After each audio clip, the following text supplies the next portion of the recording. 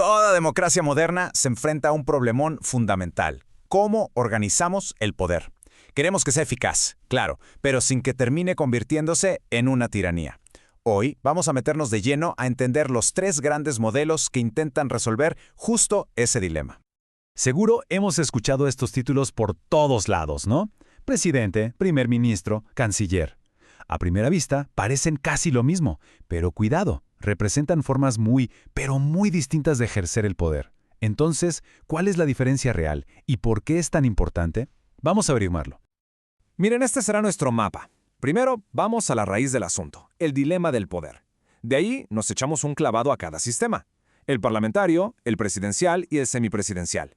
Y cerramos con la pregunta del millón: ¿de verdad existe un diseño perfecto? Bueno, empecemos por el principio, el problema central.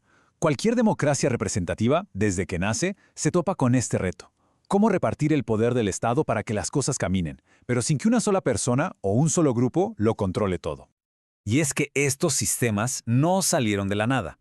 Fueron una reacción, un ya basta, al absolutismo de los reyes. La idea de fondo es bastante simple pero súper potente. Un poder moderado es un poder dividido. El objetivo final, pues, es tener un gobierno que rinda cuentas, que se rija por la ley y no por los caprichos de una sola persona. Vámonos con el primer modelo, el sistema parlamentario. Y aquí, la palabra clave que hay que grabarse es fusión. O sea, el poder ejecutivo y el legislativo no están en cajas separadas. Para nada, están entrelazados. En este sistema, el que manda, la principal fuente de poder político, es el Parlamento. La gente vota por sus diputados o representantes y de la mayoría que se forma en esa Cámara, de ahí sale el gobierno. Por lo tanto, el poder del gobierno depende, sí o sí, del poder legislativo. Aquí nos topamos con un ejecutivo que tiene, por así decirlo, dos cabezas. Por un lado, el jefe de Estado, que puede ser un rey o un presidente con un rol más bien simbólico. Y por el otro, el jefe de gobierno, o sea, el primer ministro, que es quien de verdad tiene el poder en el día a día. Y su chamba depende totalmente de mantener la confianza de la mayoría en el Parlamento. Si la pierde, se va. El equilibrio de este sistema es como una estira y afloja. Si el Parlamento ya no está de acuerdo con el gobierno, ¡pum!, le puede aplicar una moción de censura y lo tumba. Pero ojo, el primer ministro tiene un as bajo la manga. Puede disolver el Parlamento y mandar a todos elecciones. Es justo esta tensión constante la que define y mantiene el balance del sistema. Ahora cambiemos de canal por completo. Si el parlamentarismo era fusión, el sistema presidencial es todo lo contrario: separación. Y una separación bien marcada. Aquí la clave es lo que llaman legitimidad dual. ¿Qué significa eso? Que la gente vota por el presidente en una elección y por los diputados y senadores en otra elección totalmente aparte.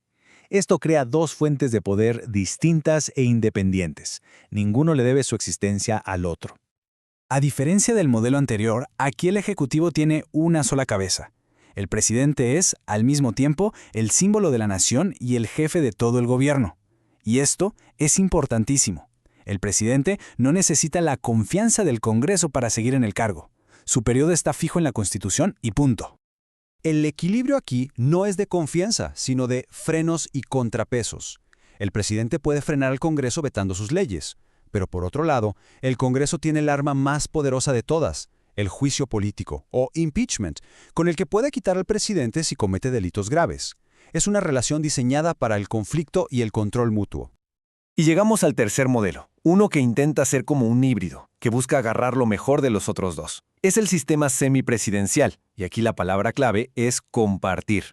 Este sistema es una mezcla bien interesante. Por un lado, tiene un presidente fuerte, elegido directamente por la gente, como en el presidencialismo. Pero también tiene un primer ministro que para gobernar necesita la confianza del Parlamento, o sea, una combinación de ambos mundos. De nuevo, tenemos un ejecutivo con dos cabezas, pero el balance de poder es muy particular. El presidente, que tiene el poder que le da el voto directo, generalmente se encarga de los grandes temas: la política exterior, la defensa, mientras que el primer ministro, con el apoyo del Parlamento, se ocupa más de la política del día a día, de la administración interna del país. Bueno, ya vimos los tres modelos. Ahora vamos a ponerlos uno junto al otro, porque así es como saltan a la vista sus diferencias más importantes.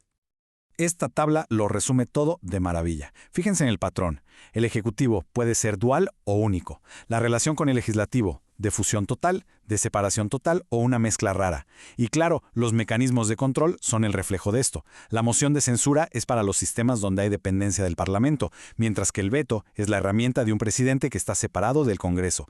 Son, al final del día, tres lógicas muy distintas para atacar el mismo problema.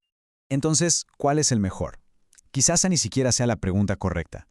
La clave, como dice el autor Ricardo Espinosa Toledo, es que no hay una fórmula mágica.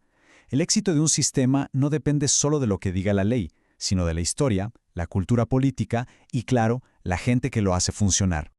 Y esto nos deja con una última reflexión. En este mundo tan complicado, lleno de crisis y polarización, ¿cuál de estos diseños, el de poder fusionado, el de poder separado o el de poder compartido, creen que estará mejor preparado para los retos del futuro y para defender la democracia? Ahí se las dejo.